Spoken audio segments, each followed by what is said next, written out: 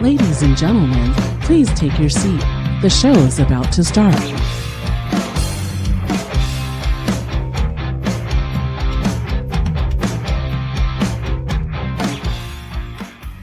Hey guys, what's up? This is Phoebe. And this is Mike. You're listening to the Mike and Phoebe Show, and today we are talking to IEHP Foundation CEO Greg Bradbard. Hi, Greg. Hello, how are you? Good to be with you guys. Yes, we're so excited and humbled to talk to you today. Sure Thank you are. so much. Yeah, absolutely. I'm glad to be with you and look forward to our conversation. Yes. So Greg Bradbard is an innovative, strategic, and community-immersed builder with over 25 years of nonprofit executive leadership experience and a strong commitment to addressing the needs of vulnerable populations and improving conditions for individuals and communities across the Inland Empire. Greg was appointed IEHP Foundation CEO in February 2024 and is responsible for leading the organization's day-to-day operations, implementing the funding priorities to increase public policy advocacy, maximize regional funding, and invest directly in local nonprofits and community-based organizations. He also works closely with the Foundation Board of Directors and key leaders at IEHP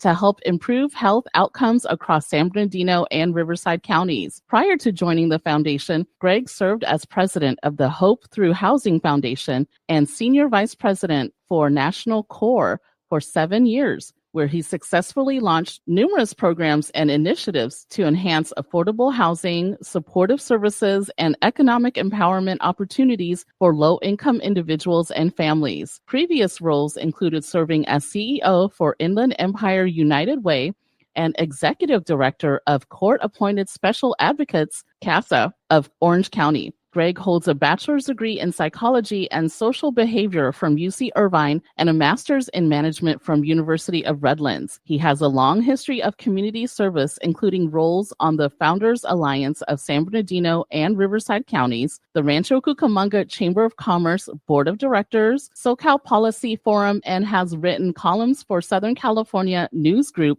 and the Foothills Reader section of the LA Times. Greg currently serves on Inland Action, San Bernardino County's Vision Leadership Council, and was appointed by the governor to the California Volunteers Commission. Nice. That is amazing, Greg. That was a lot. That's probably more than anybody needed to know.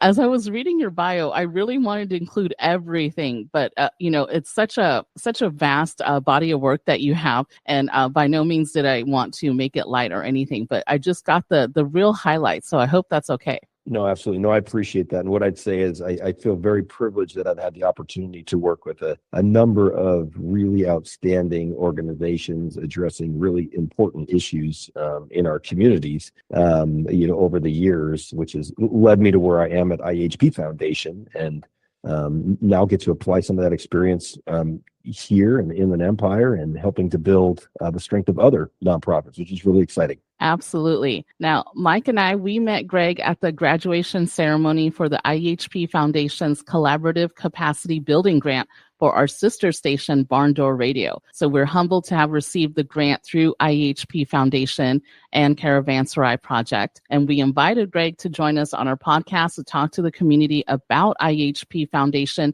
and help spread the word about their mission. Now, we have a lot to talk about. So tell me, what is IEHP Foundation and what does a foundation actually do? Yes, so IEHP's foundation was launched by Inland Empire Health Plan, otherwise known as IEHP, about 2 years ago. And as you might know, IEHP is one of the largest Medi-Cal and Medicare providers across the Inland Empire, providing insurance to about 1.5 million residents, which is essentially a third of the Inland Empire's population. And with that, IEHP invests greatly in quality healthcare across the region, but also really cares about the general community and the conditions which also encourage good health across the region. And so the foundation was founded about 2 years ago. It was endowed initially with an initial contribution of $100 million. And we can talk about how an endowment works. But those dollars are essentially invested, and the intention is that the investment returns from that endowment are used to reinvest in the Inland Empire, San Bernardino, Riverside County, every year moving forward in perpetuity. And the mission is really to inspire and ignite the health of the Inland Empire. And this idea of vibrant health. How do we create the opportunity for all people across the Inland Empire to experience vibrant health? And I like to describe vibrant health as physical health, it's mental health, and it's overall well-being. It's what all of us want for ourselves and for our family members. Very nice. And I like the term that you guys coined too, vibrant health. Not a lot of people hear about that, but we hope to spread the word about vibrant health and how IEHP Foundation helps encourage and contribute towards vibrant health, because it's not just about physical health, but nowadays it's mental health as well. That's right. Yeah, as we talk about our overall well-being, you're exactly right. And it's interesting, the cross section between physical and mental health, because it's almost like you can't take care of one without the other. During the pandemic, in some of the work that I was doing, we were really working with our employees on wellness during that time, and I started doing a lot of research on how do we take care of ourselves. And one of the first things I found is, hey, if you want to have strong mental health, you need to take care of your physical health, right? It was getting enough sleep, it was eating well, it was getting exercise, and those three components, which, are the equation for better physical health, are also what allow somebody to have better mental health as well. And absolutely that ties back to the mission of IEHP Foundation, this idea of vibrant health for all. And I can talk more about the social determinants, which we're really investing in, which are tied to that as well. Absolutely. We definitely agree on that. And especially after COVID and during COVID, for sure, we saw a lot of changes in people's mental health. As a radio station, everyone was on Zoom, and being able to talk to people on Zoom, it seemed like it kind of filled that gap that we had of a human connection, but it wasn't the same, obviously, as being in person, but it did help a lot. So I'm glad that you're speaking of that. And the physical health deteriorated too during because everybody stayed at home. Nobody did anything. Nobody went nowhere. Yep. Exactly. Yeah, and I think that was a good example that it takes intentionality to stay healthy, right, and to stay physically active. In months like this, July, when it's quite warm outside, especially in the inland region, it takes intentionality to stay active. Yes, we definitely have to develop a habit. Make it a point to get out there early in the morning or run on that treadmill, that Stairmaster. Yeah, we all need to do that. That's right. Or shopping early in the morning and right before it gets hot. That's right. That's what the smart people do. So now, what is the relationship between IEHP, the health plan, and the foundation? You mentioned a little bit of how it started, the endowment. Do you want to go into the details about it? Yes. Yeah. Great question. So IEHP and IEHP Foundation are separate organizations. And so IEHP Foundation was founded as a separate 501c3 public charity. So it has a unique board of directors and a unique mission. It's financially independent from IEHP as a health plan as well. So it is a separate entity.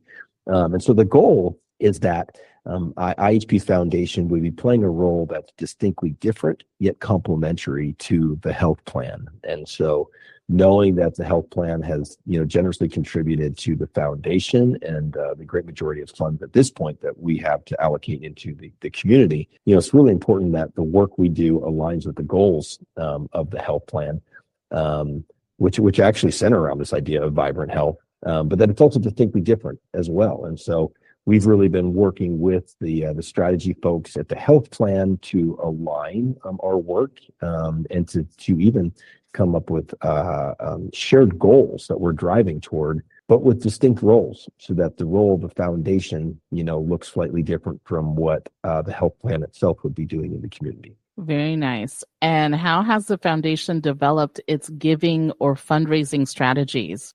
Yeah, and so at this point that we're doing limited fundraising, and the goal will not be to fundraise specifically for the foundation.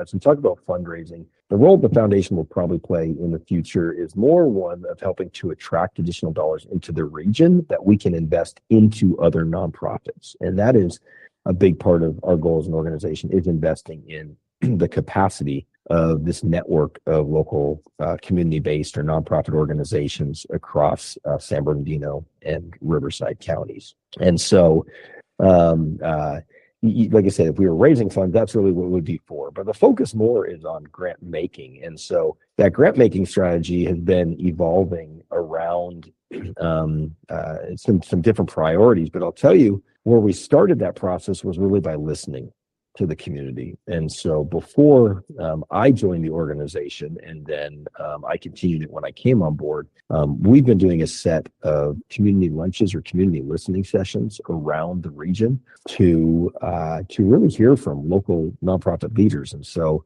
I've met with, 8 or 10 groups of executive directors from around the region, from all parts of San Bernardino, Riverside, to hear from those leaders in terms of what's going well, where are their pain points, where are their organizations struggling, how can we better support them in the long term. And from that input is how we've really developed our current grant making and investment strategies. I like that IEHP Foundation opens their doors to the local community, the nonprofits, business leaders to hear that and host these kind of forums, because that's important. I don't know if other organizations do that in such a way such as IEHP Foundation. So I definitely appreciate that they have an open door policy in that kind of aspect. Absolutely. Yeah. We realize that for us to be effective in helping to create positive change and moving the needle across our region, first of all, there's no way we can do that alone. We need strong partners. But secondly, we need to listen to others and know that we're not always the experts. And those organizations that are on the ground, working with residents across the region, they have the pulse on what the real needs are. And it's interesting through those conversations that we've had. First of all, there are great variations. Geographically, variations depending on what their mission is and who they're serving, but there are also many commonalities as well. And we heard some distinct themes from those nonprofit leaders around things that were probably true across the board. So what kind of themes have you guys heard? And that was a great segue into the next question, by the way. Thank you. I try. So as we've listened, there are definitely some themes that we heard from our nonprofit leaders. One of them is around this idea, and the data supports it as well, that Inland Empire organizations receive a substantially less funding than their counterparts in other areas around Southern California, particularly the coastal regions. And we know the data, if you look at the number of foundation dollars, the number of even government grant dollars is substantially less in the Inland Empire. Individual local giving is less here as well. And so with that means that organizations here have to be very creative with the dollars that they have. They have to really learn to stretch a dollar. I understand that. Like you said, running organizations here in the Inland Empire, which is a great thing, but it also means that we need to work toward increasing investment in the region. So that's one of the things we heard, is that we do need to collectively work toward how do we improve the attraction of additional dollars into the region. Something else that we heard from local leaders was the need for unrestricted funds. So what we heard is that many funders, like to write grants or make contributions and say, I want you to use it specifically for this program in particular. And your dollars can only be used for that program. And we know some funders even say, you can only fund it, put it toward, staff salaries, or other funders that say, you can put it toward anything but staff salaries. So very, very restricted, kind of designated giving to nonprofits. And one of the things we heard from those leaders is, man, what we really need is unrestricted dollars that we can use to pay. It might be the light bill. It might be to pay a fund development director. It might be to add a database. But some of those things that aren't quite as sexy, but are absolutely necessary to the operations of that organization and even the growth of those organizations. And so that's one of the things that we're really aiming to fund as an organization, is more unrestricted dollars, or dollars that are aimed toward building infrastructure in an organization to help those organizations get to the next level. Secondarily, and tied to that, are also multi-year grants as well. So we know many grants come in 12-month cycles, and you get the grants, you may or may not get it again. So you build a program, and at the end of that 12 months, if you don't renew the grant, that program might be gone as well. So really difficult in terms of sustainability. One of the things we heard was the need for multi-year funding. So that's also something that we're going to be working toward, is funding organizations more than a year at a time, so they know they have a bit more consistency there. A few other themes that we heard, one was around public policy. We were asking organizations about how much they are using their voice and their constituents to help to change policies at the local, regional, state, or federal level. And what we heard from many of those organizations was some of them are. Some of them said, we would like to, but we don't have the capacity to do it. It basically becomes the executive director in their spare time, which is limited, to do that work. Or many said, we're not really comfortable with it. We don't necessarily understand, how public policy works. And as a nonprofit, are we allowed to? And the answer to that question is yes, you absolutely are. And so that's another area where the foundation will be investing, is to help build the public policy muscle of our local organizations to help overcome some of those challenges. And that was just a few of the themes for you. That's very exciting to hear regarding the multi-year grants that you have that you're working on, and also capacity building, because I believe that's the grant that we fell into, the capacity building, which we really appreciate. And it's helping our nonprofit, and not only helping us contribute back to the community, but also, like you said, keep us sustainable outside of just what we're doing, our own fundraising and things like that. So we definitely appreciate that. And it gives us a head start. Yes. You mentioned the IE is a large region, and both Riverside and San Bernardino counties receive far less funding than our neighboring counties. Now, how is the foundation working with others to leverage more funding for the region? Yeah, great question. What I'd say is we're just getting started. And so, we look forward to increasing the amount we're able to work toward increasing investment in the region. And also, I think we're going to learn a lot too. And what I would say is I think there's still some data and some research that needs to be done for us to better understand why is it that we're receiving fewer dollars in the region. So with that being said, one of the ways, we're doing that is by collaborating with other local funders to leverage our dollars. For instance, with groups like the Funders Alliance. So there's a group called the Inland Empire Funders Alliance. It's an alliance of both locally based and some major foundations outside of the region. So California Endowment, California Wellness Foundation, James Irvine Foundation, and others who are part of this Funders Alliance, and looking at, hey, how do we collectively, leverage our dollars together in the region?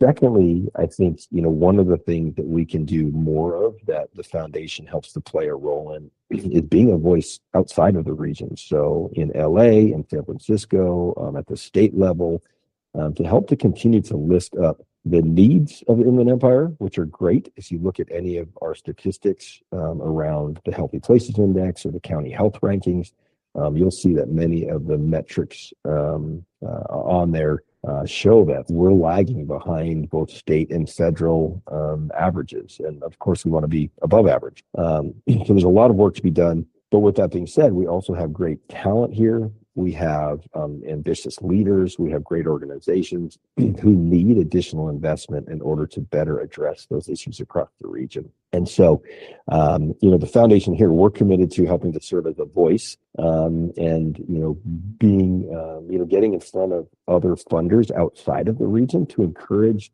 their, that they would be paying attention to the Inland Empire, and then hopefully putting their, more of their dollars into this region as well. And one of the things that we like to talk about is if you look at the data in terms of the where the expected growth is in the state of California, much of that is in San Bernardino and Riverside counties. So if you want to invest in the future of California and where the growth is going to be, this is the place to be. Very nice. And you speak about other partners. Let's talk about the Blue Zones Project. We've heard that IEHP Foundation is working with Riverside County along with other partners on the Blue Zones Project. Can you share some of the details on this project and how it will benefit Riverside County residents' health and wellness? Yes, so very exciting project. And so for those who are not familiar with the Blue Zones, so the Blue Zones work is birthed out of an effort that was originally done looking at areas around the globe that have exceptionally longer longevity of the individuals who live there. And this researcher named Dan Buettner did this research. Now been made into a Netflix series, if anybody's seen it, called Live to 100. A great easy watch. But basically, they went around to these different 5 areas around the globe where people live much longer, and many people who live to be 100 years old, and said, hey, what are the practices there? What do we see that's different? And they came up with essentially this formula that values certain things, and it includes a diet that's mostly plant-based. There's some meat in it, but mostly plant-based. It includes natural movement. That doesn't mean hardcore exercise. It just means active living. Thirdly, it's about having a right perspective, which is about having motivation, knowing why you get up every day. And then the third one's really about social connection and having a tribe or having a group of people who you do life with and having that social support system. And so Blue Zones now takes these principles into local communities to help local communities identify, okay, if we want to have a healthier community where people are happier and where they live longer, what do we need to change in those places? And so we're going to be partnering with them in the county of Riverside. There are 5 specific communities where this work will take place that include the city of Riverside, city of Banning, city of Palm Springs, the city of Coachella, and then the unincorporated area of Meade Valley. And over the next 5 years or so, the Blue Zones folks, they will build an entire local team. So all local people who will be hired by the Blue Zones and learn their expertise and principles. And we'll be working on these 3 pillars that they focus on, which are people, places, and policies. And without going into details, essentially it's focused on how do we make short-term changes that will have a lasting impact in that community to make it easier for people to make healthy choices in the long run. That's very exciting. And hopefully Paris can be a part of that later on. Yeah. Yeah, we would love to hear about that. We'd love to be a part of that. Down the road, we're starting with those 5 communities, and it's a substantial list, just with those 5 communities. But we know others have already expressed an interest and said, "Hey, how do we jump on board?" And so, in the future, we hope that there'll be the chance for others to apply Blue Zone principles as well. Yes, absolutely. I know that City of Paris is implementing a healthy, active initiative. So that's very exciting to hear. That's terrific. Awesome. Yes. Yeah. And a lot of cities do have healthy city initiatives as well, which are focused on just that, on kind of healthy eating, active living, helping it, as they say, and one of the Blue Zone taglines is making the healthy choice the easy choice. And I've heard other cities use that as well, going, hey, how do we make sure that in our cities we make it easy for people to make healthy choices? Yes. And Meade Valley is pretty close to Paris, so I'll take that as a win for sure. Yeah, that's right. Yeah, and the hope is that each of these communities also has what they call a halo effect, meaning that the surrounding areas also benefit from the effort as it takes place. I like that. That's very cool. I like that terminology.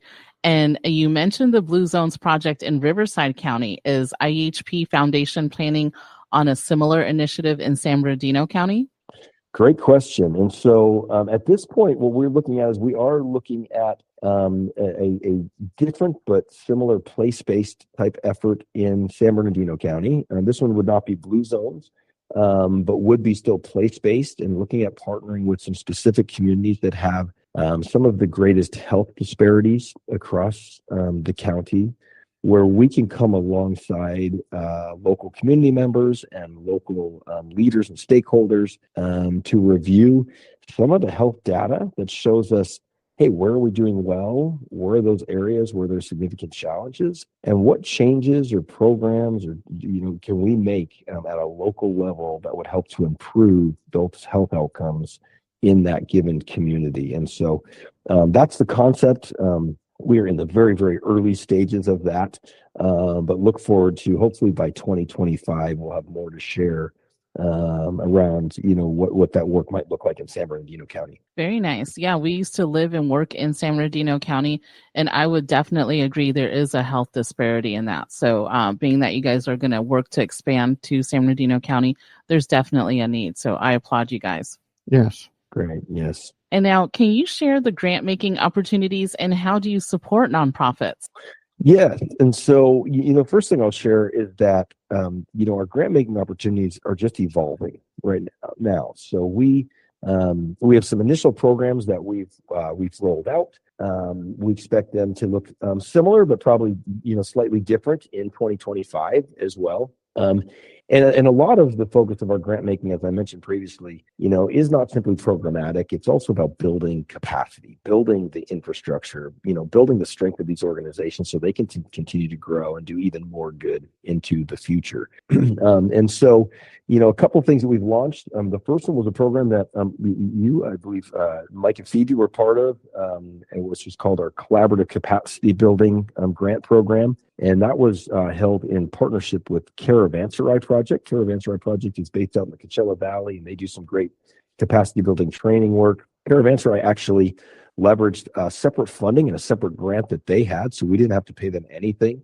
And they brought all of the training to initially 30 organizations who participated in that program. And they went through 10 sessions of kind of nonprofit business training. And then each of those organizations got a $5,000 grant from the foundation when they completed that. So it's both about, building a network of local organizations where they get to know each other, building their skills, and then also giving them, kind of a carrot or an incentive of dollars that they could put into their mission at the other end of it. We did the first group, which was 30 organizations from San Bernardino County with a great emphasis on the high desert. And then the second group of 30 organizations from Riverside County. And I believe the two of you were part of that, and hopefully that was beneficial for your organization. Yes, it was. Yes, we definitely appreciated the grant and the courses itself. We learned so much, and it's so much information. It's almost a little bit overwhelming. But the fact that you guys send the PowerPoints and send us the tips and email, then we can jogs our memory. Oh yeah, they talked about that on the program, on the course, so we can refer back to it and not forget the information.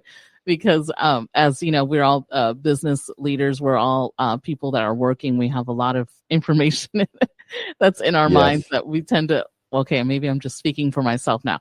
Tend to slip a little bit, but it's important to hold on to that knowledge and to be able to utilize that in our day to day. That's right. Yeah, yes. That's great. So just continuing on that question about our grant making. So that was the first piece. We also have a micro grant program where some of our board members can make recommendations of local organizations that are aligned with our mission, and we've pushed some dollars out that way. And then finally, we just closed the application process for what we're calling our Champions for Vibrant Health Leadership Network. And this opportunity combines a couple of the strategies that I've talked about. So one of them is essentially we're going to be selecting approximately 40 organizations that will be part of this program for the next 2 years. The first piece is leadership development. And so each of these organizations will be selecting a senior leader and also an emerging leader in their organization who will be part of our leadership development training program over the next 2 years. It'll also be focused on public policy. So helping those organizations gain some new skills around public policy, but also helping to create a collective agenda around advocacy issues that we want to be lifting up at the state level. And we'll be taking that group up to Sacramento together to get to know some of the legislators, to lift up issues that are important to the Inland Empire. And then the final piece of the program is they also get a grant of up to $75,000 a year for each of 2 years for just to support their mission and to support their continued growth as well. And so that's our Champions for Vibrant Health Leadership Network. Like I said, that application just closed, and we'll be selecting those organizations over the coming month, and that program will launch in January 2025. Yeah, when I read through that grant eligibility, that was very exciting, and it's good that you're extending the network to other nonprofits to make sure that other nonprofits can benefit from all of your very good programs. Now, beyond grants, how can individuals and organizations get involved and learn more about IEHP Foundation? Yeah, so one of the things I would definitely recommend is visiting our website, which is IEHPfoundation.org. And on the website, we have a lot of information about what we have to offer, what we're doing in the community, anytime we have grant opportunities and such. But there's also a chance to subscribe to our newsletter on there. And I know all of us go, man, I don't need one more newsletter in my inbox. But I'll tell you the purpose of our newsletter is specifically to provide ongoing opportunities for nonprofit leaders. So if you're a nonprofit leader, I'd say it is one that you want to be on, because first of all, when we are pushing dollars out, when we have training opportunities, that will all go out through our newsletter, which is called the Spark. And so definitely get on that newsletter list. Some other opportunities that are coming up where others can plug in. We're doing throughout the year a series of what we call Vibrant Health forums. And so these forums are essentially an opportunity for nonprofit leaders to come together where we focus on a particular topic. In May, we did a session on the governor's May revise, which was the state budget that came out to help with nonprofit leaders understand, one, how does the state budget process work? And two, we know there were a number of cuts included in this year's budget due to the state deficit. So to understand, hey, how is that going to impact our region, our organizations, our local residents? And so we have some other forums coming up later this year. One that we anticipate to be on CalAIM, which is about kind of the expansion of Medicaid or Medi-Cal to address not just health needs, but kind of the social determinants of health. And then we're also going to be doing one on early childhood wellness and immunizations as well later in the year as well. And then as we move forward, there could be some additional volunteer opportunities as well. Again, you could plug into those on our website. And the last thing I'll mention is there's also a place to sign up if you're a nonprofit leader and are interested in being in part of one of those community conversations with us, where we'd love to hear your input in terms of what you're seeing in the community, what the needs are, needs around your organization. You can sign up for that on our website as well. That is amazing. We definitely read your newsletter, so don't think that we're not reading your newsletter. Yours is actually one of the ones I paid special attention to. There's no swipe. Well, good. Well, we try to keep it focused and meaningful content. So thank you for paying attention to it. Yes, absolutely. Well, Greg, it was a pleasure chatting with you, and we're honored that you jumped on the call to get on our podcast. Absolutely. This is IEHP Foundation CEO Greg Bradbard. Stay tuned for more episodes featuring IEHP Foundation. Go and find them online at IEHPfoundation.org or follow them on Instagram and Facebook at IEHP Foundation. Thank you so much, Greg. We appreciate your time. It was my pleasure. Thanks so much for what you do and for sharing this good information across the region. Absolutely. Thank you. Have a great day. You too. Take care. Bye-bye. Thanks for listening to the Mike and Phebe Show on Alternative Twist Radio. If you missed any past episodes, just search the Mike and Phebe Show or Alternative Twist Radio on any major podcast app.